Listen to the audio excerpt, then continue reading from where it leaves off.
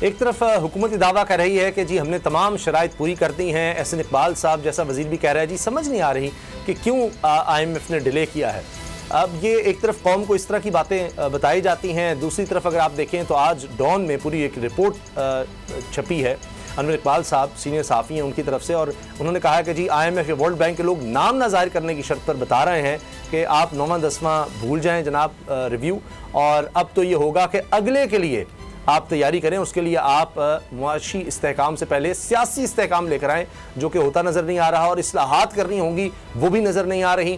آج میں پڑھ رہا تھا کہ عائشہ غوث صاحبہ وزیر مملکت ہیں، وہ کہہ رہی ہیں کہ جی مہنگائی میں کمی آنا شروع ہو گئی ہے، عالمی سطح پر مہنگائی میں کمی آ رہی ہے، اس کے بعد اب پاکستان میں بھی کمی آنا شروع ہو گئی ہے۔ مجھے سمجھ نہیں آئی کہ مئی کے اعداد و شمار جو حکومت کے ہیں وہی دیکھ لیتی، 38% مہنگائی، 76 سال کا ریکارڈ ٹوٹ گیا، اور وہ کہہ رہی ہے کہ مہنگائی کم ہونا شروع ہو گئی ہے۔ اب یہ نہیں سمجھ آتی ہے کہاں سے ڈیٹا لے کر آتے ہیں، اپنے ڈیٹا کو بھی پڑھتے ہیں نہیں۔ اب حکومت کی طرف سے یہ کہا جا رہا ہے کہ جناب بڑھتی مہنگائی، قرضے اور ماحولیاتی تبدیلی معیشت کو درپیش بڑے خطرات قرار دیے گئے ہیں۔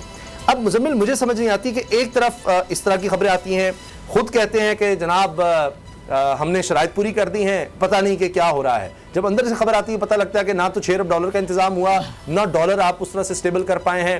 آپ نے کہا کہ ہم نے بجٹ جو ہے شیئر کر دیا، پرائم منسٹر کہہ رہے ہیں کہ جی زبانی ان سے بات ہوئی تھی کہ آپ بجٹ شیئر کر دیں، تو میں نے کہا ایک شرط پہ کریں گے کہ آپ پھر ہمارے ساتھ جناب وہ ریویو مکمل کریں گے۔ جی ٹھیک ہے، اور اس کے بعد خود یہ خبر آئی کہ جی وہ جو تنخواہیں بڑھائی ہیں وہ بعد میں بڑھائی گئی ہیں، اس کا مطلب IMF کو جو آپ نے بجٹ دیا تھا اس کے بعد آپ نے اس سے زیادہ تنخواہیں بڑھا دی۔ تو یہ حکومت سچ کیوں نہیں بول رہی؟ دیکھیں اس پہ پہلی چیز تو یہ ہے کہ وہ جو ہائپوتھیٹیکل بجٹ کہنا چاہیے، اس کی وجہ یہ ہے کہ جو پیسے ابھی آئے بھی نہیں ہیں وہی بانٹ دیے ہیں انہوں نے۔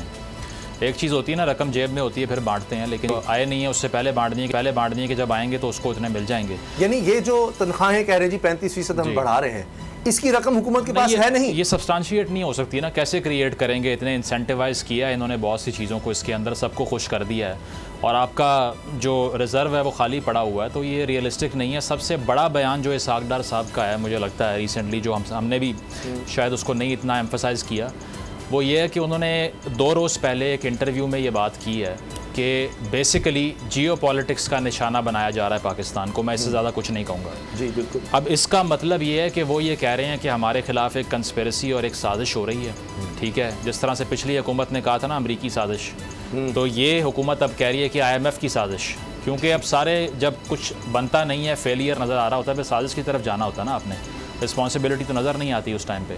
تو جیو پالیٹکس کا لفظ استعمال کرنے کا ان کا مطلب یہ ہے کہ افریقن کنٹریز ہوں، سری لنکا ہو، بنگلہ دیش ہو، ان کے ساتھ بہتر ٹریٹمنٹ ہے، ہمارے ساتھ نہیں ہے۔ تو کہنے کا مقصد ان کا یہ ہے کہ دراصل جو سیاست ہے اس کا نشانہ بن رہا ہے پاکستان، ادروائز ہم یہ ڈیزرو نہیں کرتے، اور اگر یہ نہیں بھی ہوتا تو ہمارے پاس اس کے باوجود پلان بھی ہے۔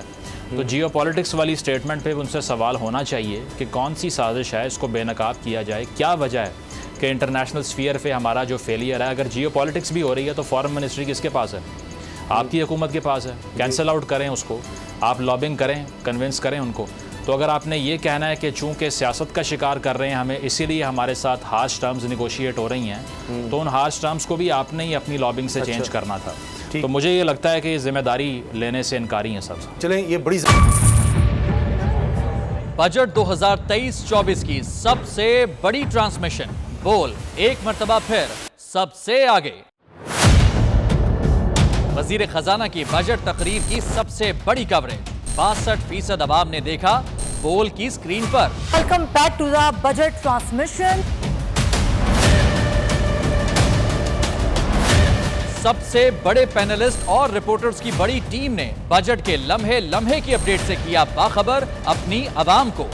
متضاد اہداف میں یوں کہہ رہا ہوں کہ ایک طرف یہ خواہش ہے کہ لوگوں کو ریلیف دی جائے، کیونکہ الیکشن سر پر ہیں، تو کوئی ایسا بجٹ دے جو پاپولسٹ ہو، کیونکہ بول رکھتا ہے خبر کے ہر پہلو پر نظر، بول ہے سب سے آگے، سب سے پہلے۔ سبسکرائب کریں اور بیل دبائیں تاکہ کوئی خبر رہ نہ جائے۔